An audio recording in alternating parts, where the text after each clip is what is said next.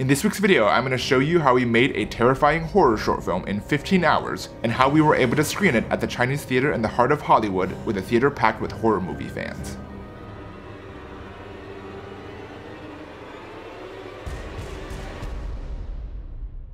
Ever since I was pleasantly terrified by James Wan's film The Conjuring in 2013 in a movie theater, I've been itching to make my own horror movie. And around Halloween time in 2021, I randomly went to a horror film festival in Los Angeles called Screamfest to see a friend's short film. And after watching 9 wonderfully spooky horror short films with a theater packed with horror movie fans, the itch to make my own horror film came back even stronger. And sitting in the theater after the films ended, I decided to give myself a goal. I'll make my own horror short film, submit it to Screamfest next year, and hopefully in exactly 1 year from now, I'll be able to watch my own horror movie in this movie theater on the big screen at this festival. Obviously, setting a goal is the easy part. There are many challenges that actually come with making a horror short film. Challenge number 1, I am very new to making horror movies. I've only ever made one 3-minute short with a few friends a few years ago, and that's it. So I knew I needed to do my homework and study a lot. I've since watched probably over 100 horror movies, including feature films as well as short films. I would watch tons of video essays analyzing both classic and modern horror movies and what makes them work and what makes them scare people. Challenge number 2, coming up with an actually unique horror movie concept. I knew that I wanted to come up with a unique boogeyman that I've never seen before. Something with the iconic look of classic movie villains like Freddy Krueger, Mike Myers, or The Nun. And after several nights of walking around my apartment complex while listening to scary music, somehow the image of an upside down man standing on the ceiling popped into my head.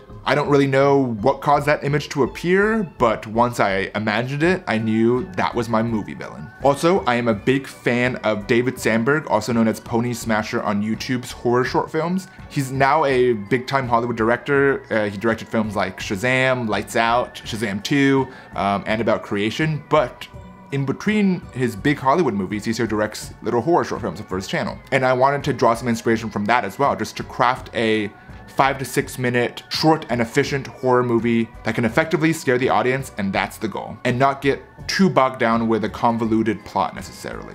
And then I turned that idea into a 4-page screenplay. Challenge number 3, finding my cast and crew. There were 3 characters in the script, so I needed to find 3 wonderful actors, and even though I was doing this project fairly DIY style, I still needed some extra hands on set to help out with gear and lighting and sound. So, for the actors, I reached out to my friends Shannon, Peter, and Skylar, and for crew, I reached out to my friends James and Siraj. I'm super grateful that they all said yes and were down to come play with me on my little passion project. And I've been friends with all of them for years, so it was nice to just have a great group of friends to help me out. Challenge number 4, we had a very limited budget of $1,000. So most of the budget went to paying my cast and crew for their time and work. We couldn't really afford to rent locations or rent gear that we didn't already have. So for location, we once again used different corners of my apartment complex. We would film in the garage, in the courtyard, in the hallways, and in the stairwells. And for equipment, I would basically use all the gear I already owned, including my camera, the Panasonic GH5S, which is what I'm also filming this vlog with, a few LED lights that I bought for our previous project called John Witch. The costume for the hangman I actually already had because I bought it for a costume party from a few years ago. And instead of renting a green screen studio for the green screen stuff we had to film, I would set up a makeshift green screen in my apartment's courtyard instead. And for the rope and various props that we needed, I would just buy props on Amazon that would be shipped directly to me. And now with the 4 biggest challenges of the project solved, it was time to film the short. So filming took a course over 3 nights, 5 hours each. That's why it was a 15-hour shoot in total. On the first night, we filmed pretty much the first half of the short. Night 1, we actually only had a 3-man team. It was my friend Shannon, who was the lead, and my friend James,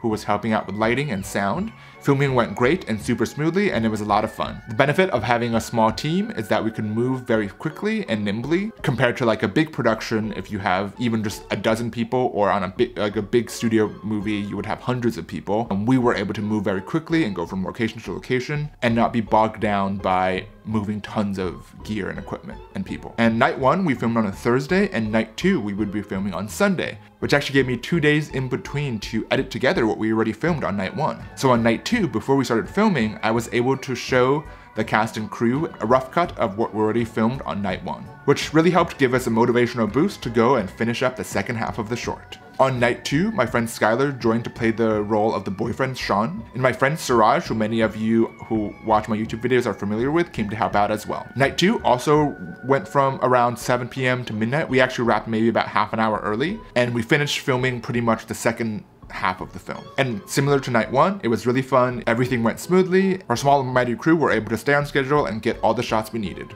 And then for night 3. So you might be wondering, if night 1 was the first half of the film and night 2 was the second half of the film, what is night 3? So actually night 3 was just a 2-man shoot. It was just me and my friend Peter, who will be playing the titular role of the hangman. So since the hangman is upside down for the majority of the film, we didn't have the resources or have the training to like hang somebody upside down for hours on end.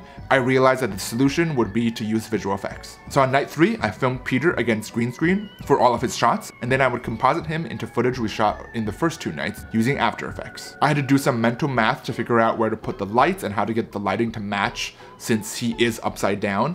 Like the lights on the ceiling would be actually at his feet if he were right side up. And even though it was challenging, it was actually a fun puzzle to solve. And that was a wrap on production. And now it was time to head into post-production. So for post-production, we had about a month and a half to finish up all the post-production because we filmed the short film around late May, and the deadline for Screamfest was mid-July. So the deadline wasn't too tight, especially compared to my usual YouTube turnaround. We actually had a good amount of time. So part 1 of post-production is visual effects. The biggest part of the visual effects for the hangman was compositing the green screen plates of the hangman into the shots. It wasn't that difficult. It just required a lot of adjusting the colors to match and making sure that we got solid chroma keying on the green screen shots. Other visual effects I had to do, there were a few screen replacements I had to do for the text messaging. There were a few shots that required rotoscoping to composite the hangman behind people or make it look like the hangman was interacting with people who were right side up. And we also, on night 2, filmed Shannon against green screen for a few shots because her character ends up being hung upside down. But instead of actually hanging her upside down, we had her lay flat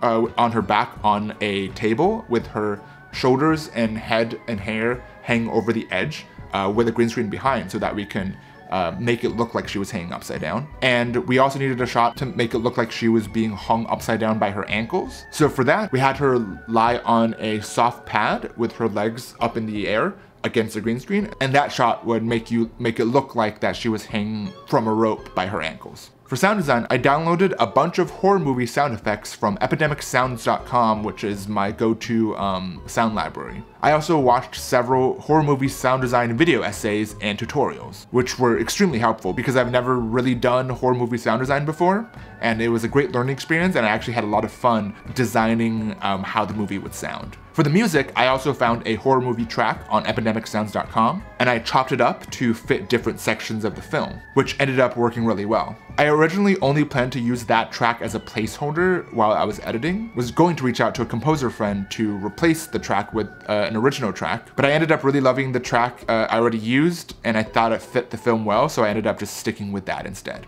And for color, I used Red Giant's Magic Bullet Looks. I'm not a professional colorist by any means. For my next movie, I will be working with professional colorist. But for this one, I just used the plugin from Red Giant called Magic Bullet Looks. I played around with it a bunch. I ended up with a look that I was pretty happy with. Then the deadline came and it was time to submit our finished film. I logged into Film Freeway, which is a website most film festivals use to collect submissions, went to Screamfest page and submitted The Hangman. I also decided to submit it to several other film festivals as well, mostly in the horror genre. And after about 2 months of waiting, the long-awaited decision email from Screamfest finally came. And we got in. The Hangman was going to have its world premiere at Screamfest at the Chinese Theater in the heart of Hollywood.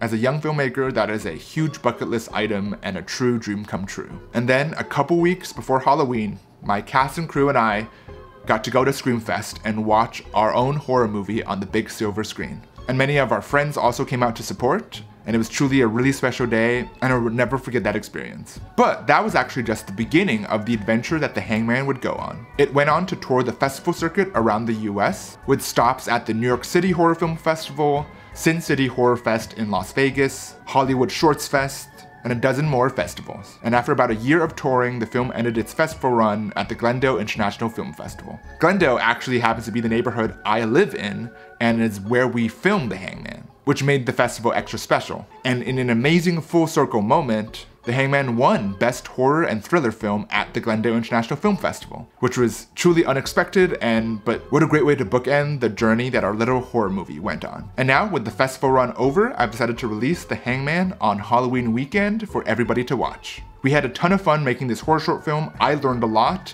and it was such a pleasure working with my wonderful cast and crew, and I would absolutely love it if you could check it out by clicking the link in the description or the card right here. We worked really hard on it, and we really hope you enjoy it, and hopefully it scares you a little. Please share your thoughts in the comments below after you watch it, and let me know if I was successfully able to make a horror movie that scared you. And that's it for this week's video. Thank you so much for watching. I hope it was entertaining, educational, or informative in some way. I also hope it inspires you to go make a creative project of your own, no matter how big or small. Thanks so much for watching, and make sure to go check out The Hangman, link in the description, and I'll see you soon with a new video.